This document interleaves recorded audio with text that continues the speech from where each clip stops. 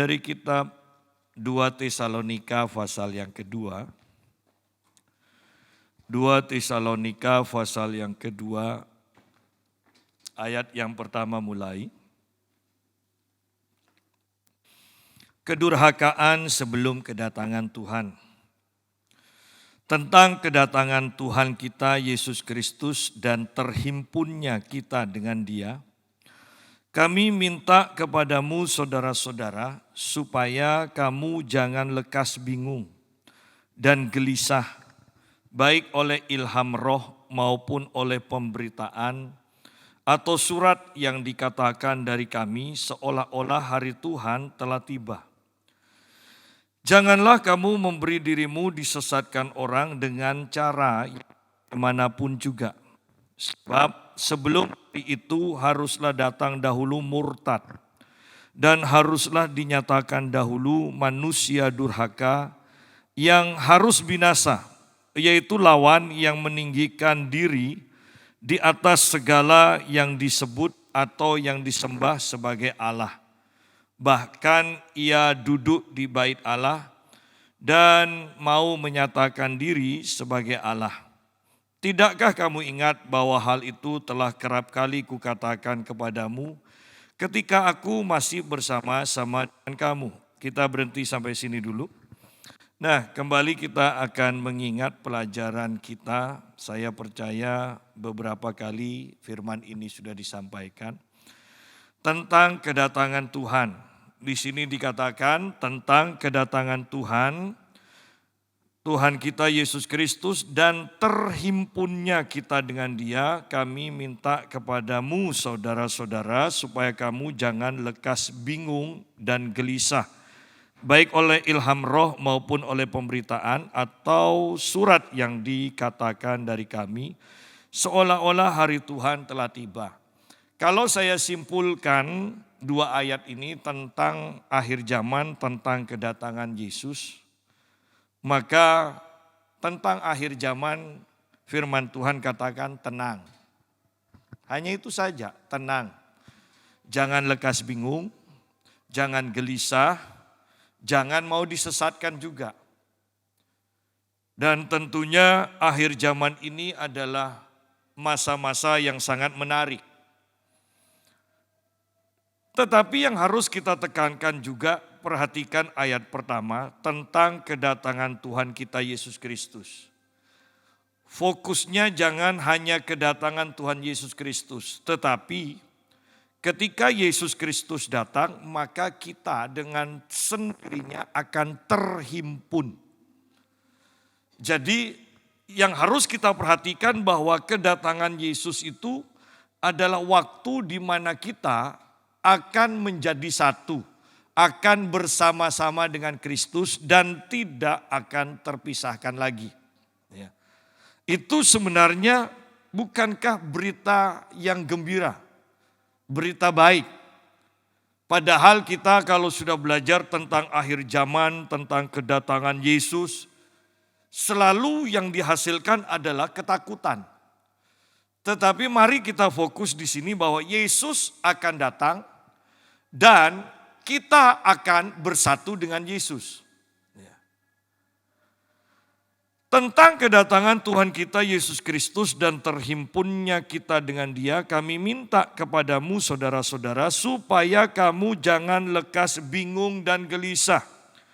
Jangan, bukan hanya sekedar bingung dan gelisah, jangan lekas bingung dan gelisah. Saya membayangkan berita di akhir zaman, berita tentang kedatangan Yesus, berita tentang penghukuman, berita tentang kehancuran, itu akan datang secara bertubi-tubi dan akan datang dari berbagai jurusan, baik dari dunia secara sekuler ataupun dari gereja. Dan dari gereja pun itu akan banyak kesimpang siuran. Sehingga di sini dikatakan supaya kamu jangan lekas bingung dan gelisah. Ya. Baik oleh ilham roh maupun oleh pemberitaan atau surat yang dikatakan dari kami seolah-olah hari Tuhan telah tiba. Baik melalui ilham roh maupun sederhananya melalui firman. Jangan lekas bingung, jangan gelisah. Ilham roh, beberapa kali saya singgung.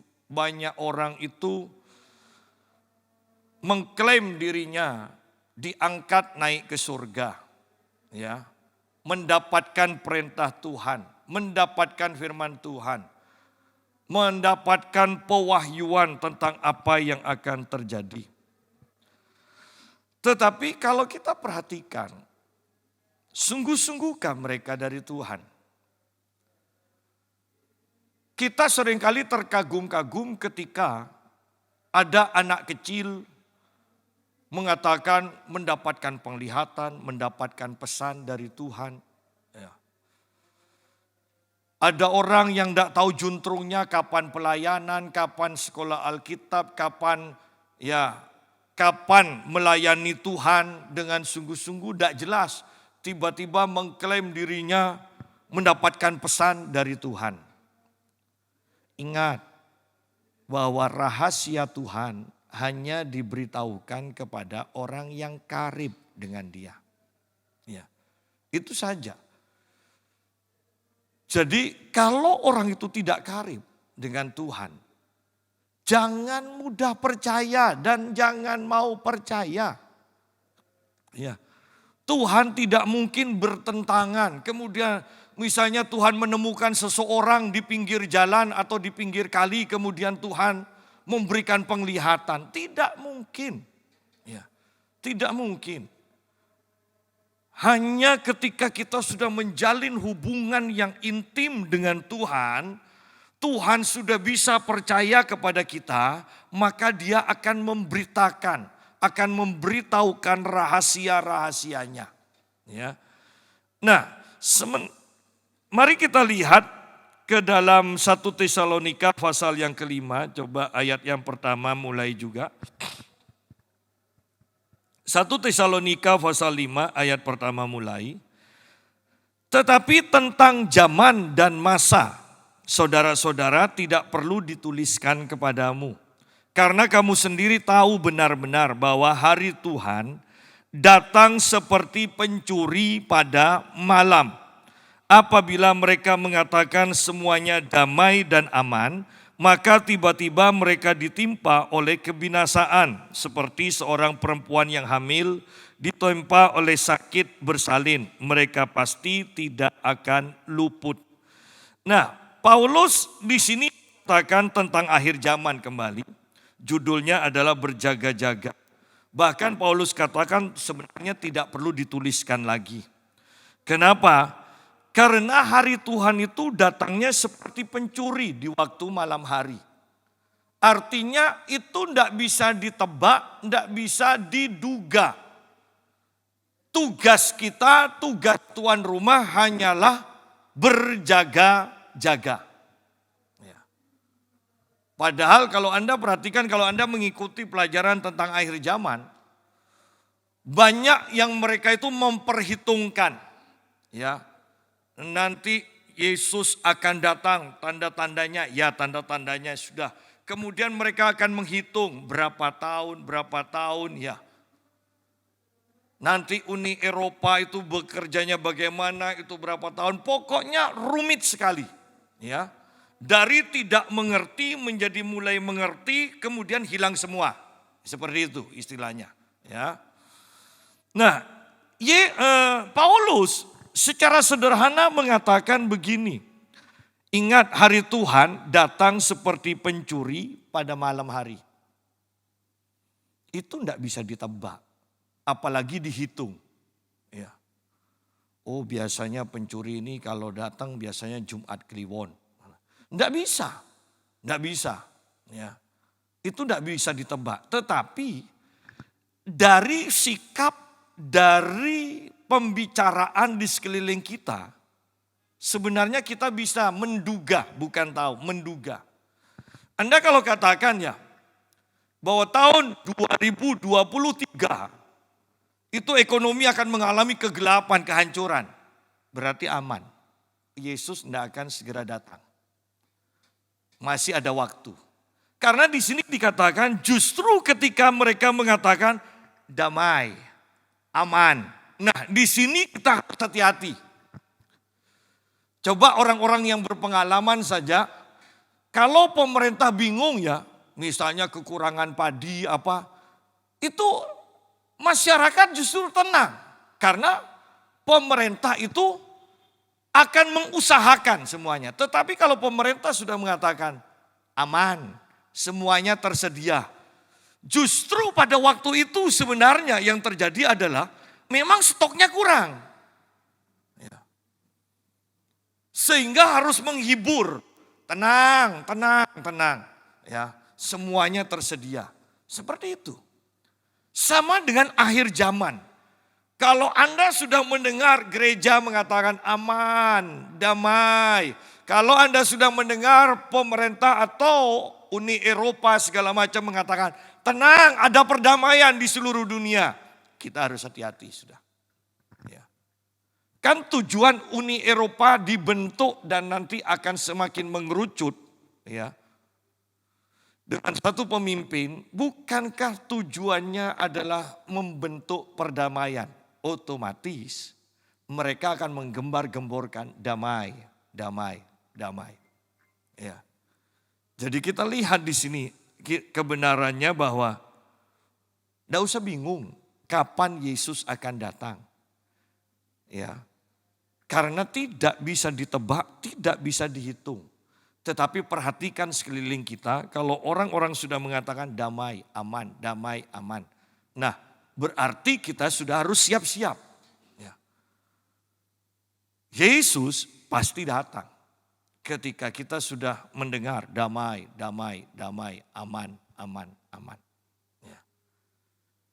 Tapi kalau Anda masih mendengar wah bencana segala macam, perang segala macam, itu masih meterai mainnya. Ya. Itu masih meterai. Untuk kesangkakala masih jauh. Nanti dari sangkakala ke cawan masih lumayan. Jadi ada persiapan. Tapi kalau sudah kelihatannya aman. Anda perhatikan di kitab Wahyu. Ketika akan bencana, cawan akan ditumpahkan. Maka sunyi senyaplah di surga. Tidak ada gejolak sama sekali. Tiba-tiba, boom. Itu disebut malapetaka. Alkitab katakan di dalam kitab Wahyu, malapetaka pertama, malapetaka kedua sudah lewat, kan seperti itu. Itu jelas malapetaka. Nah, kembali kepada pembahasan kita di dalam 2 Tesalonika pasal yang kedua, ayat yang kedua, supaya kamu jangan lekas bingung dan gelisah, baik oleh ilham roh, berarti ini secara rohani, ya, maupun oleh pemberitaan atau surat yang dikatakan dari kami, seolah-olah hari Tuhan telah tiba. Ini melalui pemaparan firman. Intinya Paulus mengingatkan, tidak usah bingung, tidak usah gelisah. Bahkan jangan lekas bingung, jangan lekas gelisah. Tenang aja, tenang.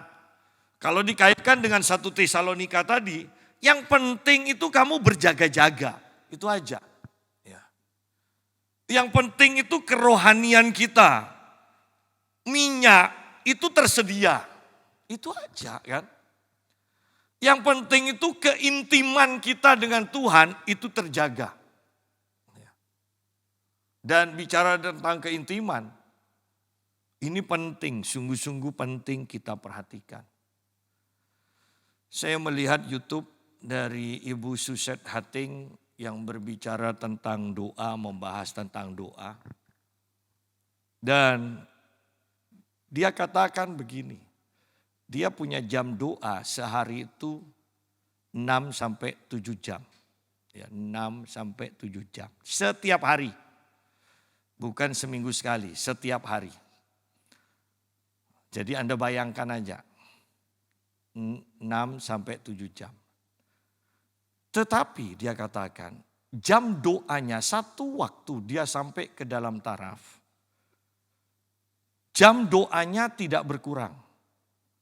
Tetapi dia terjebak dengan rutinitas, dengan agamawi.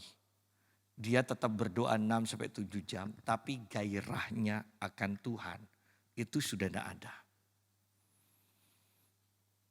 Anda bisa bayangkan betapa kita harus berhati-hati menjaga api, menjaga keintiman dengan Tuhan. Kalau seorang hamba Tuhan bisa berdoa 6-7 jam dan tidak berkurang, tetapi dia pada akhirnya karena ada seorang hamba Tuhan yang menyampaikan firman di hadapannya dan dia tertemplak, ya. Dia baru sadar, ya 6-7 jam loh, tetapi tanpa keintiman. Bayangkan kalau yang 6-7 jam bisa terjebak dalam tanpa keintiman. Apalagi yang mainnya menit. Iya kan? 5 menit, 10 menit. Ya. Sungguh-sungguhkah ada keintiman? Anda bisa bayangkan kalau Anda berpacaran dan hanya punya waktu 5 menit dan 10 menit untuk apel pada malam minggu. Itu saya yakin cepat putusnya. Ya, cepat. Pokoknya Dek ya, nanti ya harus tepat waktu ya Dek ya. Kenapa? Kenapa kok? Karena Koko ini hanya punya 5-10 menit. Maksimal 10 menit. Si adik bilang katakan, enggak usah datang gue sekali. Ya. Ya kan? Tidak mungkin ada keintiman hanya 5-10 menit. Kalau yang 6-7 jam bisa terjebak dalam rutinitas tanpa keintiman. Apalagi yang hanya menit. Saya mau sampaikan ini betapa kita harus berhati-hati. Sungguh-sungguh berhati-hati. Ya.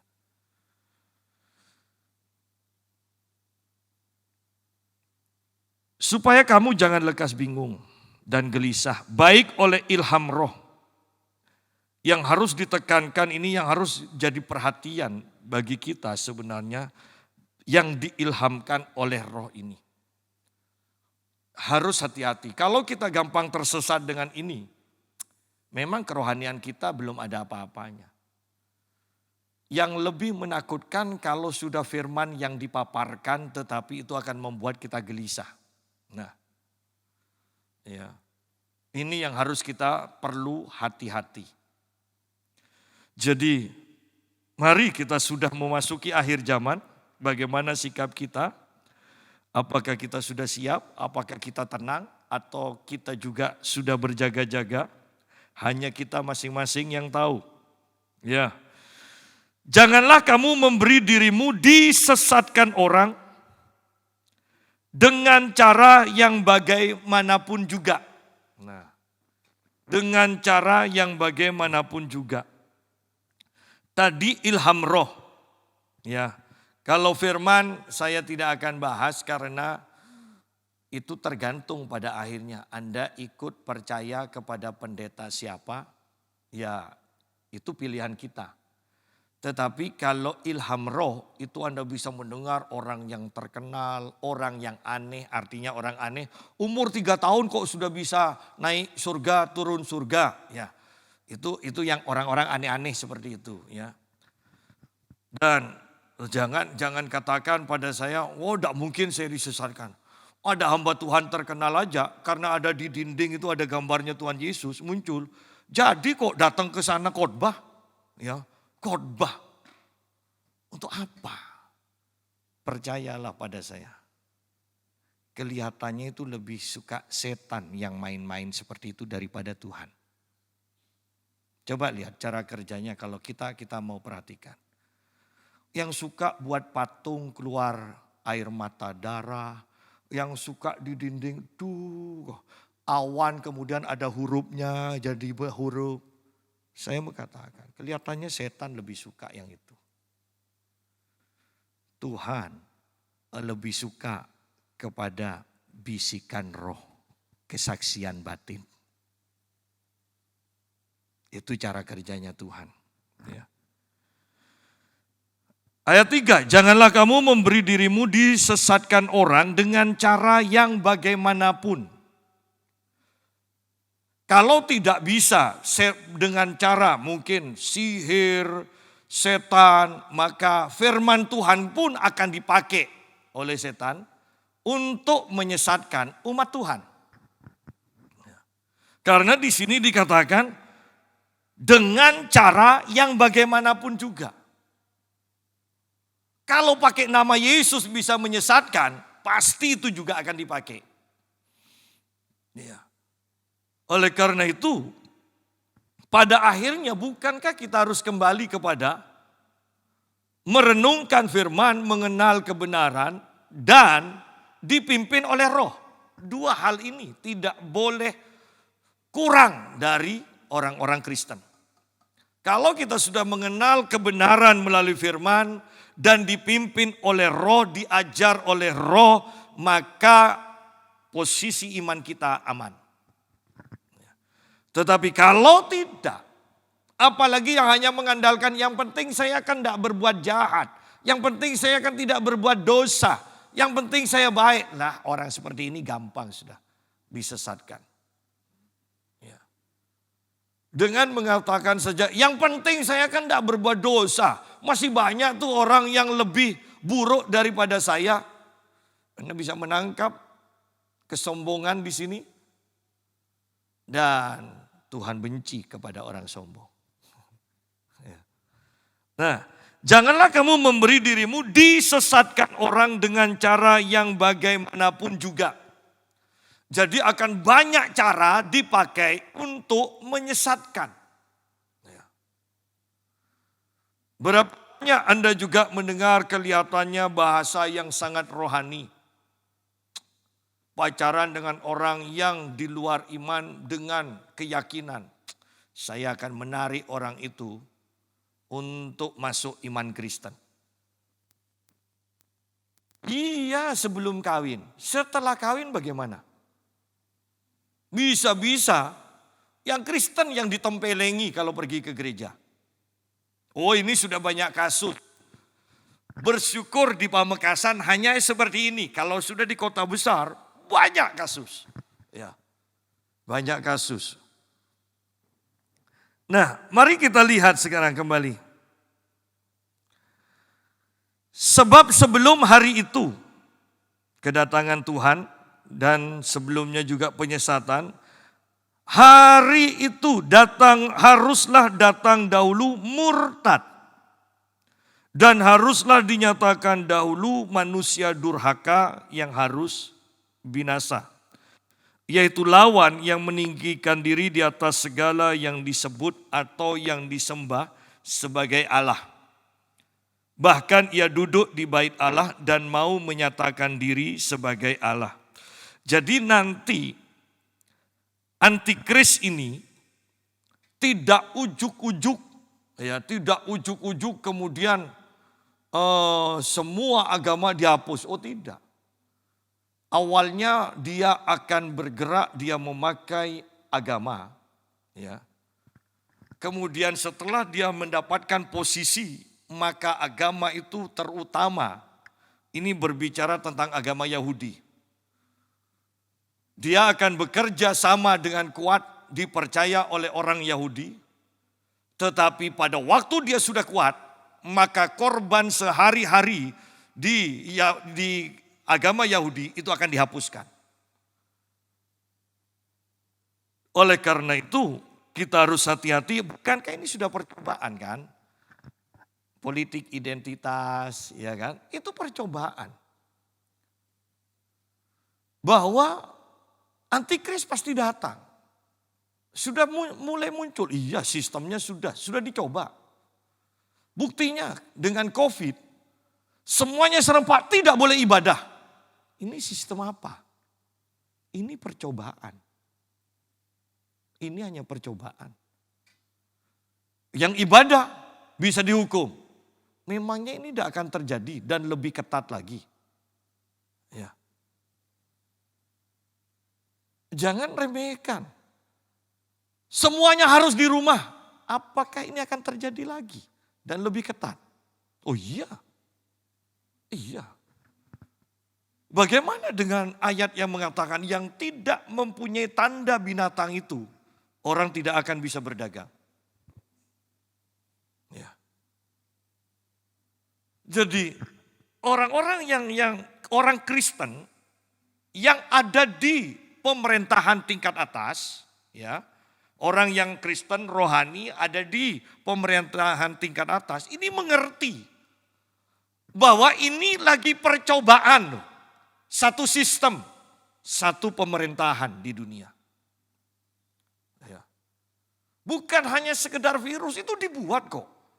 Ini lagi dicoba, apakah bisa mendikte seluruh dunia hanya dengan satu perintah. Tetapi sayangnya banyak orang Kristen tidak sadar bahwa ini akhir dari akhir zaman. Bahwa itu akan segera terjadi. Ibadah asal, kekudusan asal, semuanya asal. Tidak mau sungguh-sungguh. Ya.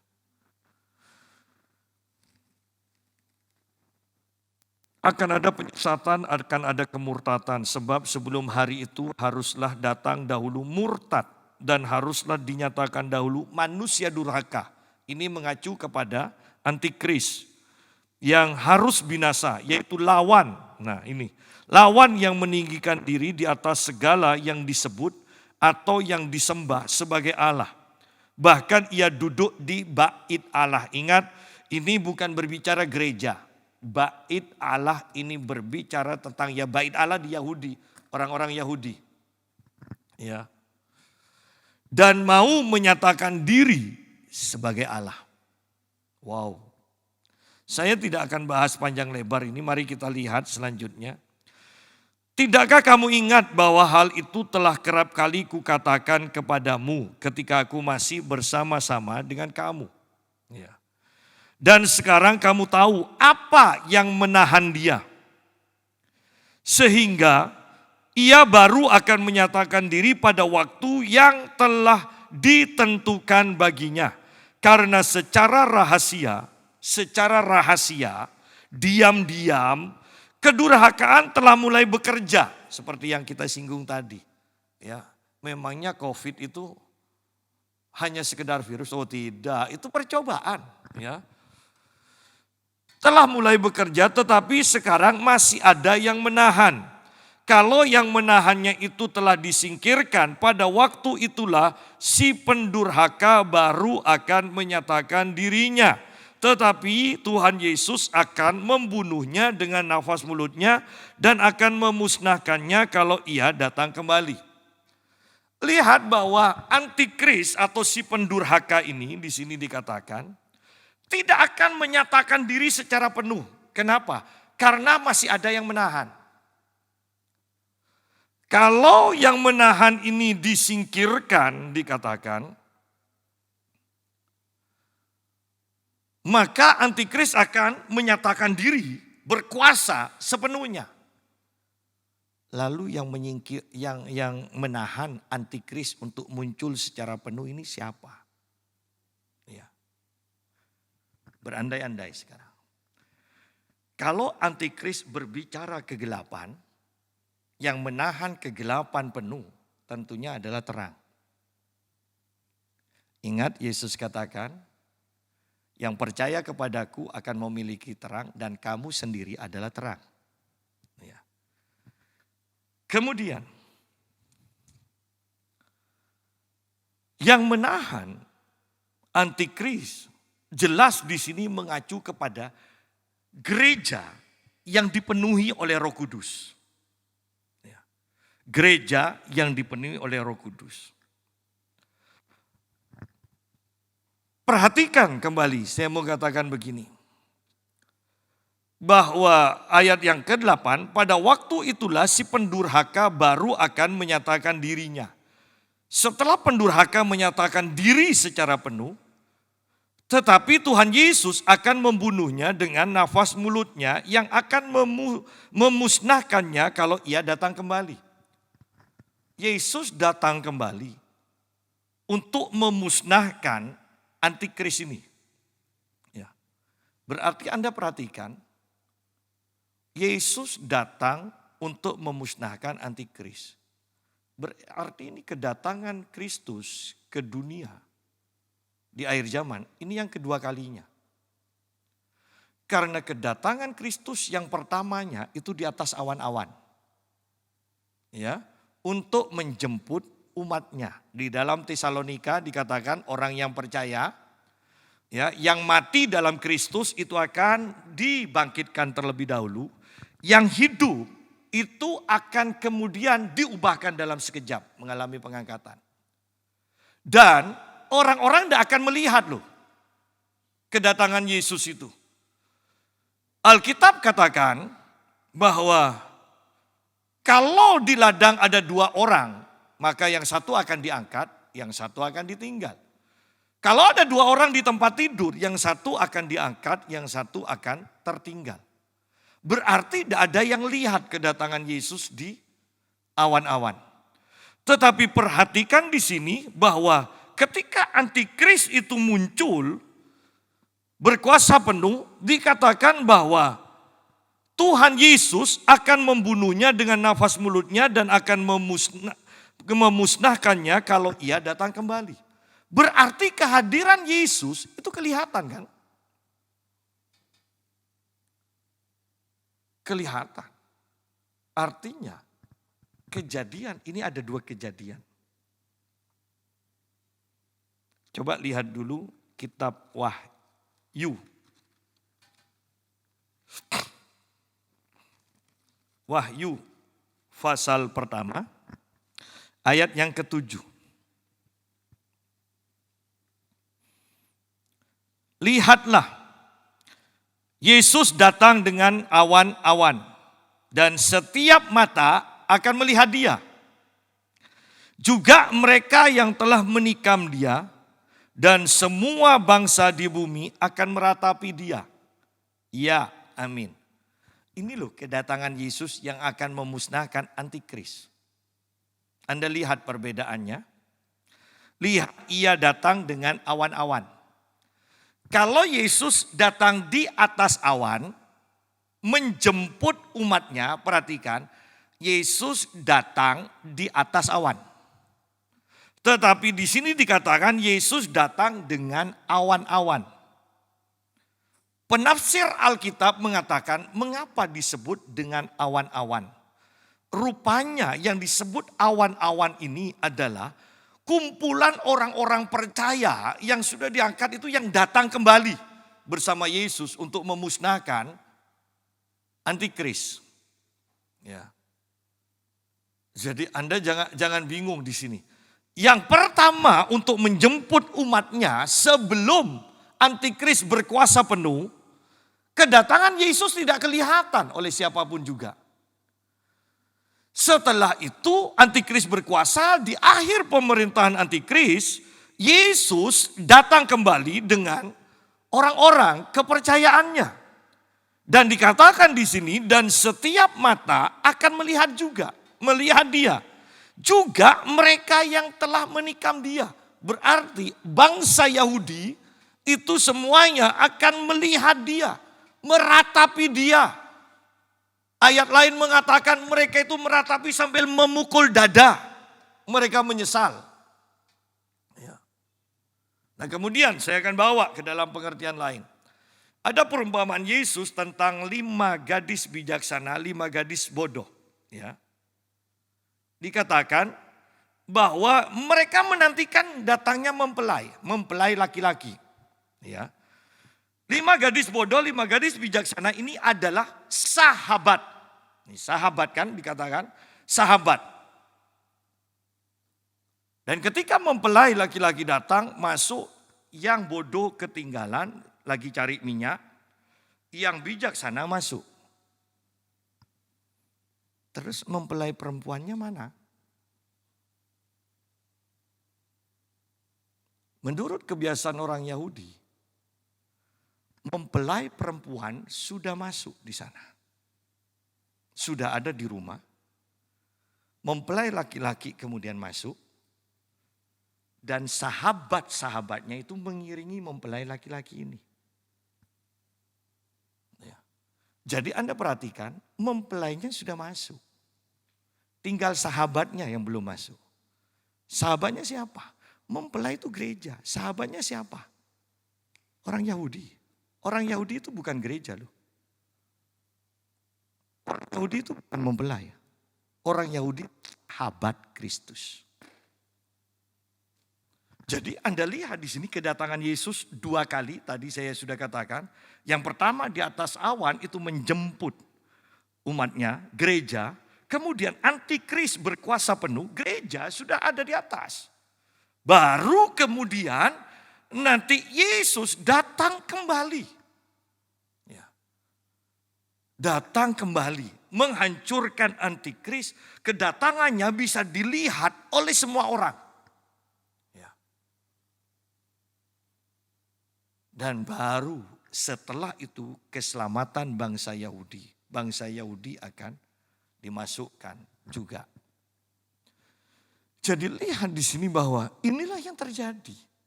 Kita tidak perlu bingung kapan itu terjadinya. Yang pasti akan terjadi. Ya. Yang perlu kita lakukan adalah kita berjaga-jaga. Supaya minyak api itu tetap ada. Ya. Supaya kita itu intim dan masuk dalam pengangkatan. Yang pertama itu loh. Karena kalau tidak, kita akan mengalami masa antikris. Saya mau tekankan kembali. Kalau masa COVID aja sudah menderita seperti itu, bagaimana dengan ayat yang mengatakan pada masa antikris, yang tidak memakai tanda binatang, tidak bisa berjual beli.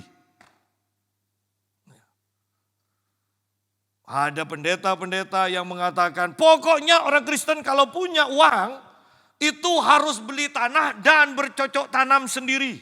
Supaya nanti waktu antikris berkuasa kita punya tanaman untuk dimakan sendiri. Tidak perlu beli karena memang tidak bisa beli. Loh memangnya kalau antikris berkuasa tidak bisa dirampas sama yang antikris. Kemudian yang kedua. Kan kasihan orang Kristen yang tidak punya uang. Tidak bisa beli tanah untuk bercocok tanam. Ini loh yang saya mau katakan. Jangan terlalu percaya dengan orang-orang yang mendapatkan ilham roh. Selalu mengatakan ilham roh. Contohnya di sebuah gereja dan ini di beberapa gereja. Ada beberapa hamba Tuhan yang mempermainkan begini ilham roh. Saya mendengar Tuhan berkata. Ada 10 orang yang akan menyumbang gereja ini dan Tuhan akan berkati berlipat kali ganda. Tuhan akan berkati 100 kali ganda. Yang menyumbang minimal 10 juta. Ada yang mainnya 40 juta. Pertanyaannya kembali, seandainya itu dari Tuhan. Kan kasihan yang tidak punya uang. 1 juta untuk ditabur. Anda lihat di sini bahwa jangan terlalu percaya ketika orang sedikit-sedikit Tuhan berkata, Tuhan berkata, Tuhan berkata. Anda harus punya kebenaran firman Tuhan, Anda harus peka akan suara Roh Kudus, sehingga ketika hamba Tuhan itu mengatakan, saya mendengar suara Tuhan, Anda bisa rasakan di sini. Ada kesaksian batin. Ini sungguh-sungguh dari Tuhan atau bukan? Kalau memang dari Tuhan, lakukan tanpa berpikir lagi. Dan Anda tahu kalau itu memang dari Tuhan. Jadi kita harus peka di sana. Nah, kembali kepada pembahasan kita di dalam Tesalonika kembali. 2 Tesalonika. Pasal yang kedua, ayat yang ke-9. Kedatangan si pendurhaka itu adalah pekerjaan iblis. Ya, ingat antikris sendiri itu bukan iblis, bukan. Dia anak buahnya iblis. Ya, karena nanti yang pertama kali masuk ke api dan belerang itu adalah antikris yang dilempar pertama. Tetapi iblisnya itu dibelenggu, ya, dibelenggu, dirantai oleh Tuhan.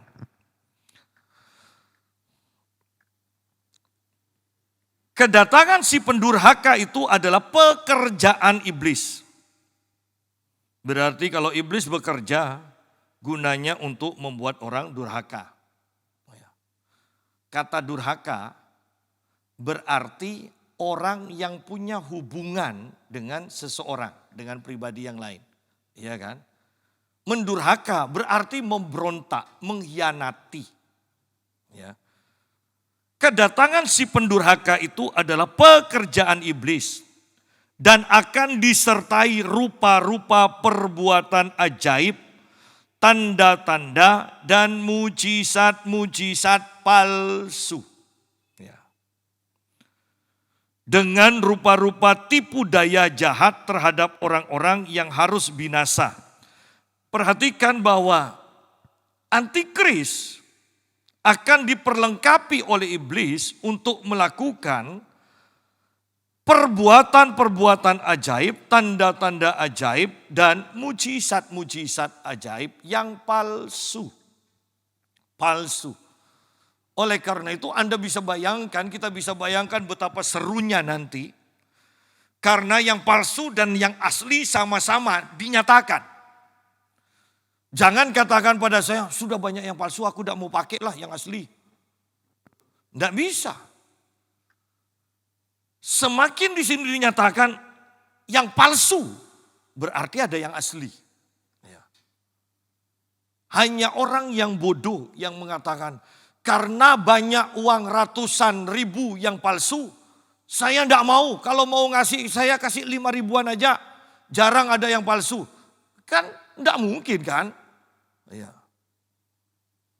Oleh karena itu, saya membayangkan betapa serunya dan betapa pentingnya juga, seru karena yang palsu juga mengadakan mujizat palsu, yang asli mengadakan mujizat yang asli. Sehingga pada akhirnya kembali ketika kita mengenal firman dan dikuasai oleh roh, maka kita tidak akan bisa ditipu oleh yang palsu. Tetapi kalau kita tidak mengenal firman dan dikuasai oleh roh, maka kita akan terjebak dengan banyaknya yang palsu ini. Ya. Sangat mudah kan seperti yang sering kali saya katakan. Kalau kita terbiasa memegang uang asli, ketika Anda kemudian bersentuhan memegang uang palsu, Anda akan tahu. Tetapi bayangkan seseorang yang tidak pernah memegang uang yang asli. Dia tidak akan tahu sama sekali membedakan mana yang asli, mana yang palsu. Taunya uang. Ya. Penting sekali mengenal kebenaran. Ayat 10, dengan rupa-rupa tipu daya jahat terhadap orang-orang yang harus binasa. Orang-orang yang harus binasa. Karena mereka tidak menerima dan mengasihi kebenaran yang dapat menyelamatkan mereka. Loh.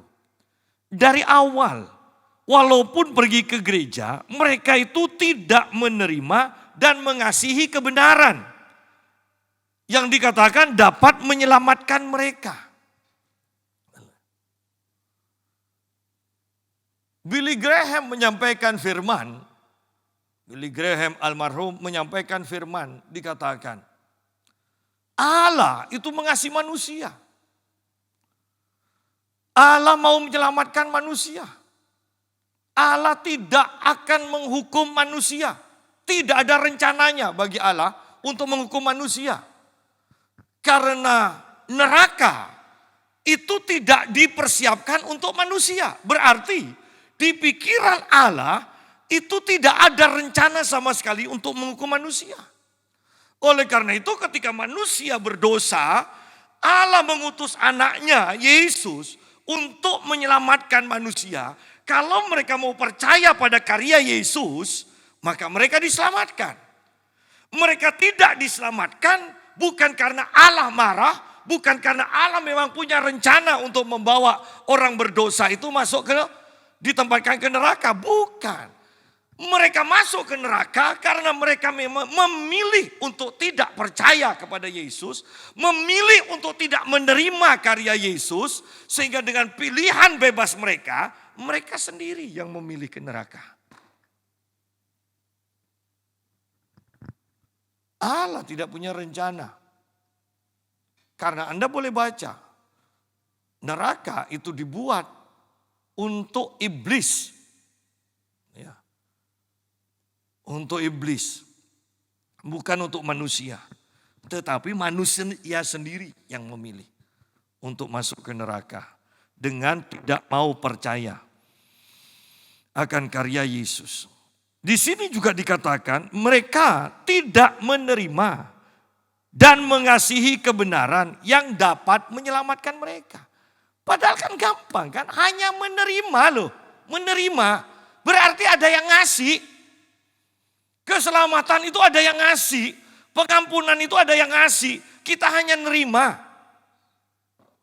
Kalau tidak mau terima, ya sudah, tetap jadi orang berdosa, tetap akan masuk dalam penghukuman. Karena tidak mau terima. Bayangkan di pengadilan ketika hakim berandai-andai.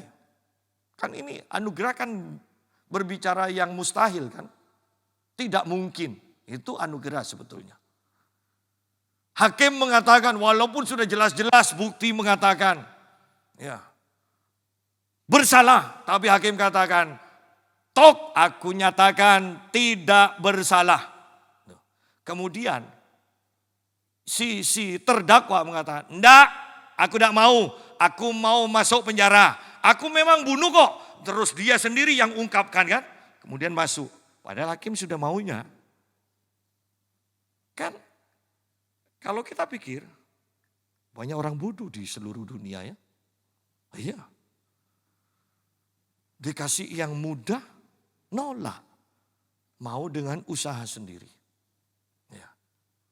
Di sini sama. Mereka tertipu karena dari awal mereka itu memang mereka disesatkan. Mereka memberontak, mendurhaka karena memang dari awal mereka itu tidak mau menerima. Dan tidak mengasihi kebenaran yang dapat menyelamatkan mereka. Ayat 11. Dan itulah sebabnya Allah mendatangkan kesesatan atas mereka yang menyebabkan mereka percaya akan dusta. Loh. Memangnya Tuhan kejam? Anda mengatakan di sini. Loh, tuh kan? Kan tidak salah orang itu. Orang Allah kok yang mendatangkan kesesatan. Ya, di sini. Dan itulah sebabnya Allah mendatangkan kesesatan atas mereka. Yuk kita bandingkan. Di dalam kitab Keluaran. Kitab Keluaran. Beberapa ayat kita akan baca. Ketika Musa membuat mujizat, ya tulah di Mesir. Keluaran pasal yang ke-8, tulah yang kedua.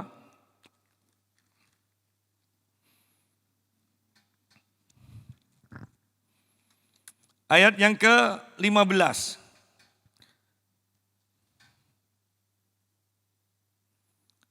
Ketika tulah yang kedua kata-kata itu sudah dilenyapkan oleh Musa karena dia berseru kepada Tuhan. Ayat 15. Tetapi ketika Firaun melihat bahwa telah terasa kelegaan, ia tetap berkeras hati. Firaun tetap berkeras hati dan tidak mau mendengarkan mereka keduanya. Seperti yang telah difirmankan Tuhan. Firaun tetap berkeras hati. Tidak mau membebaskan umat Israel. Ya. Kemudian ayat yang ke-19. Tulah ketiga. Lalu berkatalah para ahli itu kepada Firaun. Inilah tangan Allah. Ya, padahal ini anak buahnya Firaun sendiri mengatakan, ini tangan Allah. Tetapi hati Firaun berkeras. Ya, berarti Firaun sendiri yang mengeraskan hatinya dan ia tidak mau mendengarkan mereka. Firaun mengeraskan hatinya kembali. Kemudian kita lihat ayat 32. Tulah yang keempat. Di akhir tulah yang keempat. Tetapi sekali ini pun Firaun tetap berkeras hati. Ya, Firaun tetap berkeras hati. Pasal 9 ayat yang ke-7, bagian akhir dikatakan, tetapi Firaun tetap berkeras hati dan tidak mau membiarkan bangsa itu pergi. Nah, di tulah yang ke-6, setelah tulah ke-6, perhatikan di sini. Tetapi Tuhan, sekarang ini, Tuhan mengeraskan hati Firaun.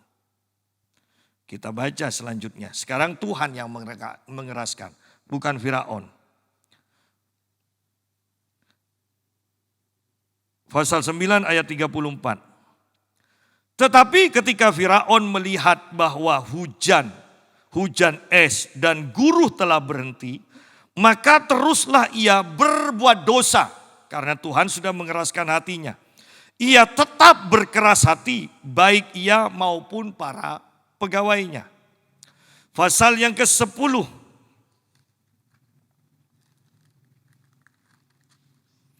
Ayat yang ke-20. Tetapi Tuhan mengeraskan hati Firaun sehingga tidak mau membiarkan orang Israel pergi. Ayat yang ke-27. Tetapi Tuhan mengeraskan hati Firaun. Kemudian tulah ke-10 kita melihat bahwa pertumpahan darah dari anak sulung seluruh Mesir. Berarti putra mahkota Firaun pun mati pada waktu itu. Tetapi yang harus kita perhatikan, ingat, sudah berapa kali Tuhan memberikan kesempatan untuk melunakkan hati Firaun, tetapi Firaun mengeraskan hati. Firaun mengeraskan hati. Firaun mengeraskan hati sampai dalam taraf sudah. Cukuplah kasih karunia Tuhan, maka sekarang Tuhan yang mengeraskan hatinya. Sehingga tidak ada kemungkinan lagi Firaun untuk bertobat. Seringkali orang-orang Kristen meremehkan kasih karunia Tuhan.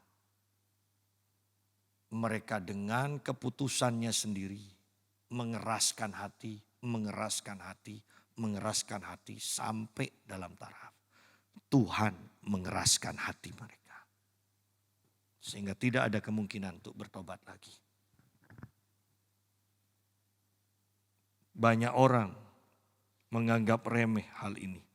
Tetapi mari kita yang ada di sini berhati-hati. Dengan sikap tindakan kita, dengan keputusan kita. Jangan membiasakan diri mengeraskan hati, berbuat dosa yang sama terus. Sudah firman, sudah disampaikan, tidak mempan. Roh Kudus berbicara di dalam hati nurani, tidak dihiraukan. Ingat, jangan-jangan Anda akan sampai dalam taraf Tuhan mengeraskan hati Anda. Ya. Kembali pada pembacaan kita 2 Tesalonika pasal yang kedua. Ayat yang ke-11. Dan itulah sebabnya Allah mendatangkan kesesatan. Awalnya mereka sendiri yang memilih untuk tersesat. Beberapa kali mereka lakukan sampai kemudian Tuhan yang mendatangkan kesesatan atas mereka. Yang menyebabkan mereka, perhatikan betapa bodohnya kalau Tuhan sudah keraskan.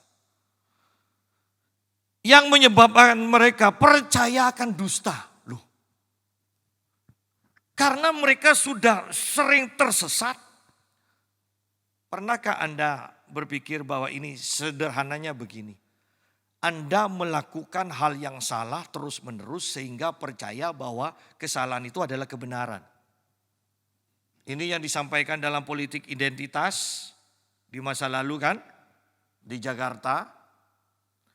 Kesalahan terus digembar-gemborkan, kesalahan-kesalahan. Bahkan sampai dengan tokoh-tokoh agama kesalahan disampaikan sampai dianggap benar. Sama dengan ini.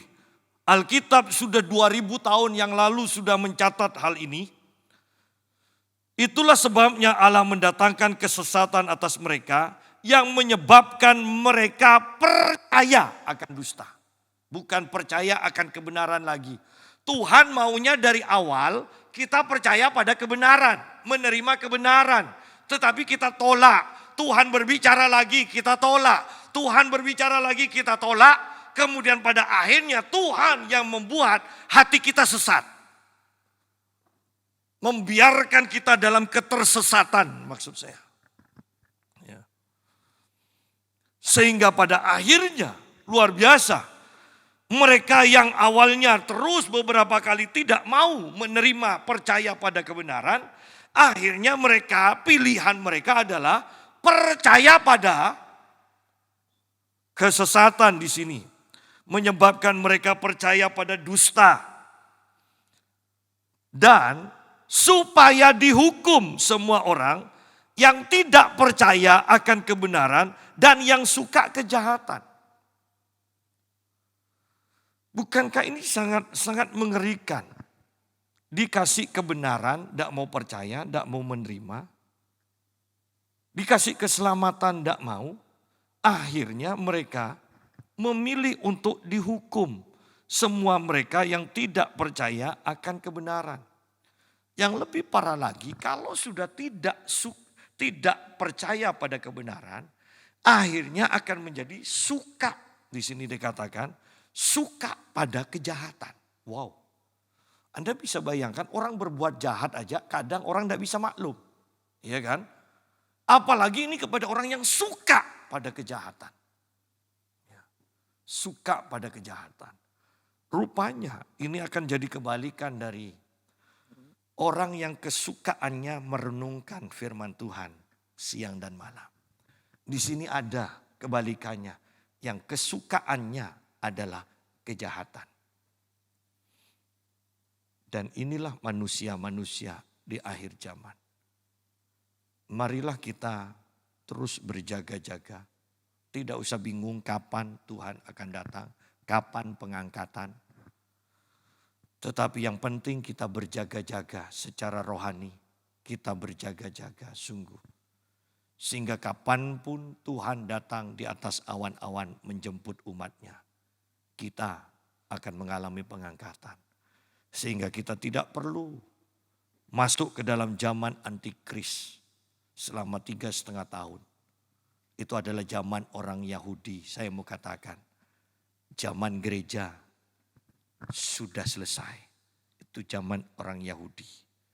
Ya, dan di sana dalam penderitaan dengan darah mereka sendiri, mereka akan membayar untuk mendapatkan keselamatan. Kita bersyukur, kita mau percaya dan menerima keselamatan, kebenaran itu. Sehingga kasih karunia Tuhan akan nyata bagi kita semua. Amin firman Tuhan. Mari kita berdoa.